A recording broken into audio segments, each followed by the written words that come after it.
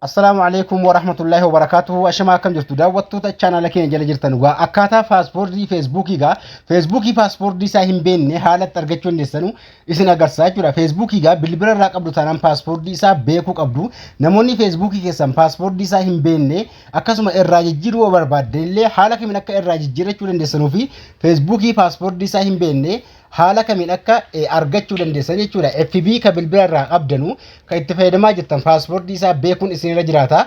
Haala itti argachuu dandeessan isin agarsiisaa jechuudha. Viidiyoo kana keessatti feesbuukii irraa paaspoortii isaa hin beektan yoo ta'e irraa jijjiiruu barbaadde illee haala kamiin akka jijjiiruu dandeessanuu fi paaspoortii feesbuukii kana haala kamiin akka argachuu dandeessan isin agarsiisa. Namoonni haaraa taatan channel YouTube keenya subscribe gochuu hin dagatinaa. Namoonni haaraa taatan channel kana subscribe ka jettu kana ol ka jettu gubbaa kaa'uu hin dagatinaa. Viidiyoo an gadhiisu nama hunda dura akkasin bira ga'uuf subscribe yeroo gootan mallattoo notification itti banaa isiniin jedha. Viidiyoo yeroo dhaggeeffattan like tuquun eegala. Akkasuma viidiyoon kun namoota hedduu waan fayyaduuf share godinyaa keessanii share gochuu hin dagatinaa isiniin jedha.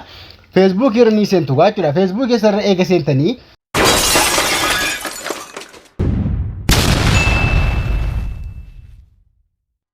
sennachuudha gara feesbuukii deemeen isin agarsiisa. Feesbuukii irra eega seentanii gubbaarra tuqaa sadeen tuqxu. Tuqaa sadeen gubbaa jirtu eega tuqxanii haala kanaan setting ka jedhu achumarra ni tuqxu. Setting eega tuqxanii asirratti move in account center bakka jedhe kana irra seentu jechuudha. Asirra yeroo takka achirra ni tuqxu jechuudha. Achirra eega tuqxanii asirratti passport and security ka jedhee isin baasa jechuudha. Passport and security de isini basa. Facebook kana passport isaa hin beektan waan ta'eef karaa lamaanii kan argatamu. Google Chrome irraallee akkasuma seenuu dandeessu. Asirraallee argachuu dandeessu. Asirratti change passport de awwalatti isini basa jechuudha.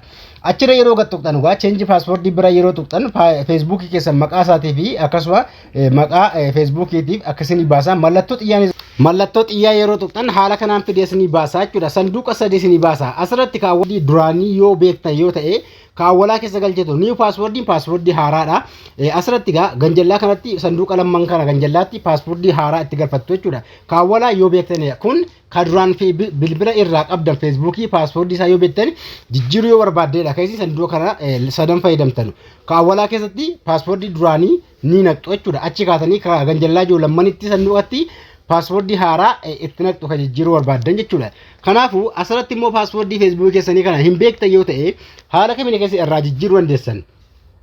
Irraa argachuudhaaf yookaan immoo paaspoortii haaraa irratti jijjiirrachuudhaaf haaraa irra kaawwachuudhaaf kan nama isin agarsiisu paaspoortii yoo hin beekne haaraatti godhachuu qabdu jechuudha. Feesbuukii irratti paaspoortii haaraatti godhachuudhaaf yoo hin beekne karaa ittiin deemtanuun forget your passport bakka jedhu kana tuquudhaan gara fuula duraa deemtu. Asirratti garuu gara fuula duraa yeroo deemtan wantoota inni isin gaafatu jira jechuudha. Kanaaf irra tuqaa isin agarsiisu forget your passport kan jettu kaanii tuqxu. Passport yeroo tuqxan haala kanaa isin baasaa jechuudha. Yoo emailii qofa jalaa qabaattan emailii haala kanaan Gmail account Facebook jalaa qabdanu isin gaafata jechuudha. Maaliif koodii irratti isin erguuf abbaa Facebook ta'uu keessan baruuf yoo dhiqata lakkoofsa bilbilaa qabaattan lakkoofsa bilbilaa isin baasuu danda'a jechuudha. Isin filattu waa inni isin baasee hunda jechuudha.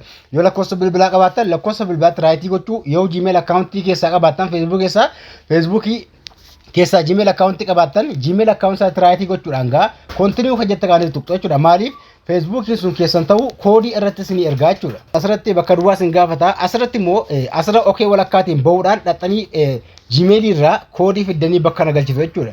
Gmail account irratti naquudhaan continue hojjettanii tuqxu jechuudha. Koodii verification email irraa eegatti naxxanii continue jechuudhaan gara fuula duraa yeroo dhuftan asirratti new passport jedhee isin gaafata jechuudha. Hamma paaspoortii Facebook keessanii jabaa akka ta'e asirratti barreeffattu jechuudha. Lakkoofsa wal makaa akkasuma qubee guddaa of keessaa qabaachuu qaba.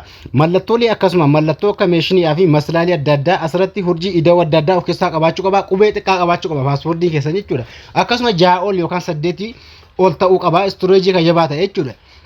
Paaspoortii kana eegaa sana naqxanii barreeffatanii achi kaa'attu akkas hin jalaa hin bannetti. Paaspoortii keessan eegatti naqxanii mallattoo shawoo kana yoo tuqxan paaspoortii itti naqxanii kaa'atan ilaaluu dandeessu. Eega paaspoortii keessan itti galchitanii sanduuqa kanatti raayitii itti kaa'uudhaan asirratti raayitii eegatti geessanii neekst kan jettu tuquudhaan gara fuula duraa deemtu jechuudha. Neekst kana tuquudhaan gara fuula duraa deemtu jechuudha. Paaspoortii feesbuukii keessanii eega itti barreeffatanii kaa'atan.